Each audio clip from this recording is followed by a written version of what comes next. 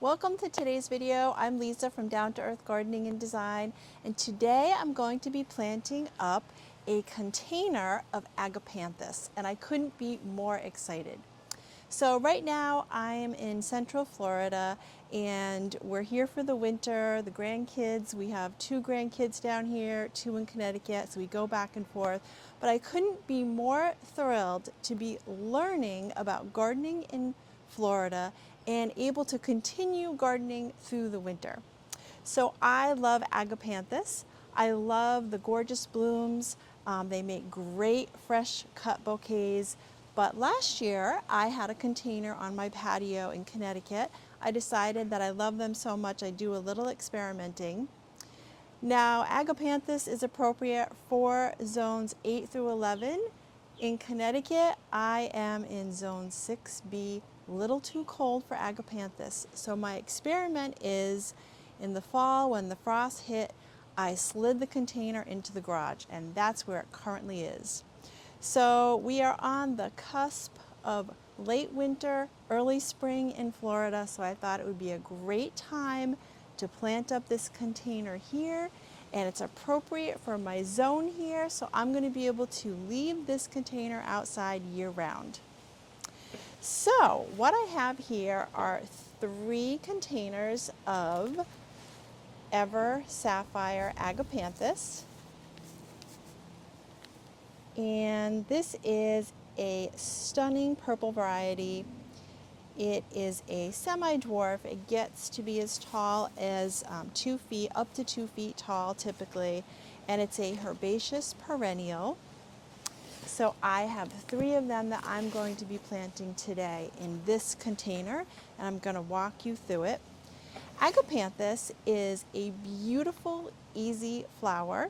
So you have to water it a little bit as you do anything when you're getting it settled, and then they are pretty easy, drought tolerant, minimal care. You deadhead them when the flowers are spent. But this one here, this particular variety, you're supposed to be able to get another bloom in the summer, so I'm pretty excited about that. Now, you don't have to be planting them in a container. You could also plant them in your border or your perennial garden. They look beautiful in mass plantings. I've seen them in swaths, and they are stunning. They make such a big impact. And of course, the butterfly and the hummingbirds really love them. So that is an added bonus. But I'm going to show you what I'm doing. So I have a container. I have my potting soil, and the mix that I have already has some slow release fertilizer in it. So that's pretty great, because it is nice to be able to give them some fertilizer during the growing season. So notice here too, I found one with some buds. So I always like to try to find some nice healthy plants, and if they have buds on them and they're in different stages, that means I'm going to get a longer bloom time from them. So plants here, container. Now container is important. And I'm just going to give you a quick measurement of this in case you're following along at home. So the top of it is 16 inches in diameter, and the height is 17 inches tall. And you always want to make sure that you have a drainage hole. So it's got a little plug in it, so you want to make sure that you remove it. Now I should mention to you too that I have a plastic pot here. Plastic pot is great for any climate. So they have some beautiful finishes, very durable, but also much more budget friendly. So I love these in Connecticut, because in Connecticut, when it snows and we get freezing and thaws, the clay and the ceramic pots can crack, so I have to bring them in. But the plastic are so beautiful and budget friendly. And if they don't have a hole in them, it's pretty easy to just get out your drill. I have a 1/2-inch bit here and just make some extra holes. So that is super important, and I'm actually going to add some extra holes here, is to make sure you have some drainage, because you don't want any of your plants sitting in standing water. So I'm just going to tip this upside down, and I'm just going to do a couple extra holes here. Bear with me.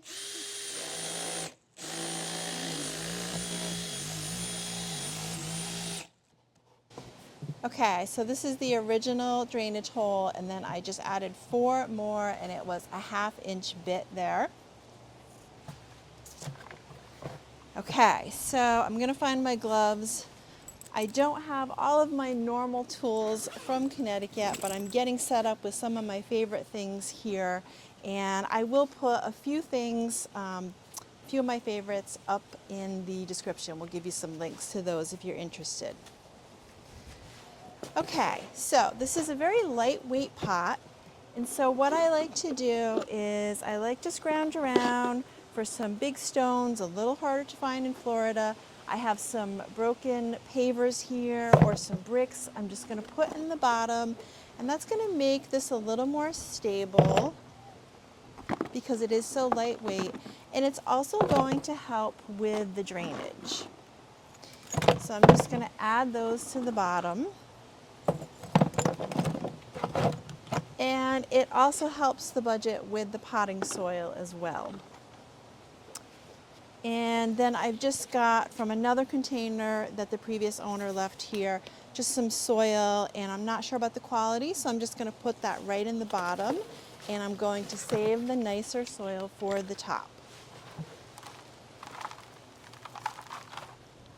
Okay, so normally I would just dump this in here, but this bag of potting soil is pretty heavy. So I'm going to use this recycled container since I don't have a lot of my tools here, and I'm just going to fill up the bottom with the fresh soil.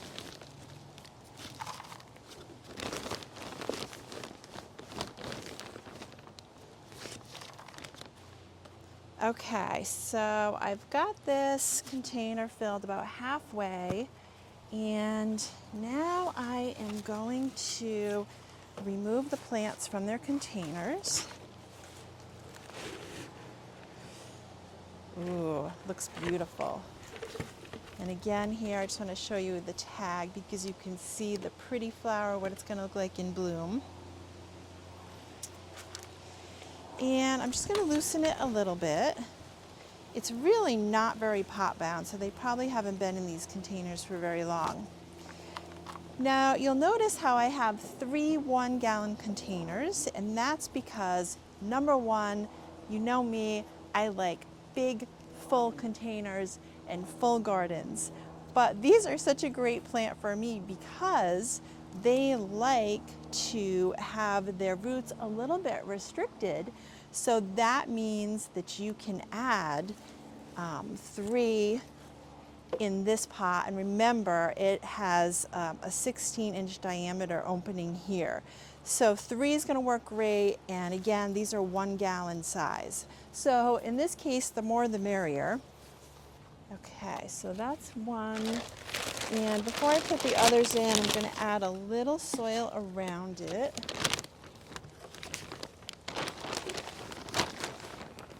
So I find it just easier to do this as I go.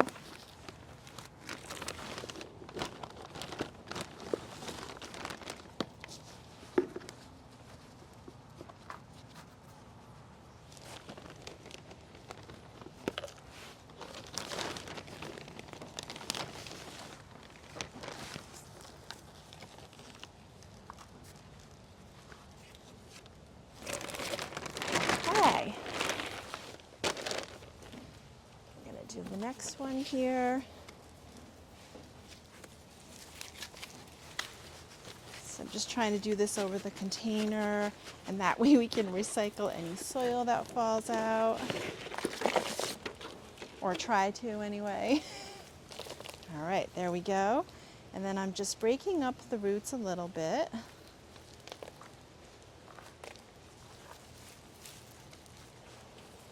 And then I'm doing the one with a couple of buds last, because that way I don't have to work around these beautiful buds.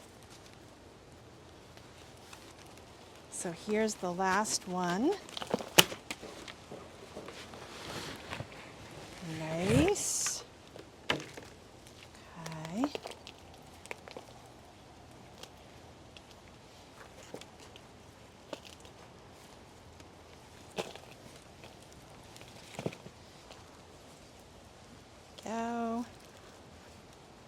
Okay.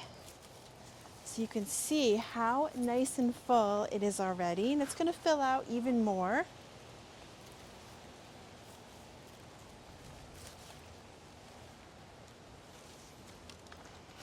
And I just have to add a little bit here, make sure there's no air pockets.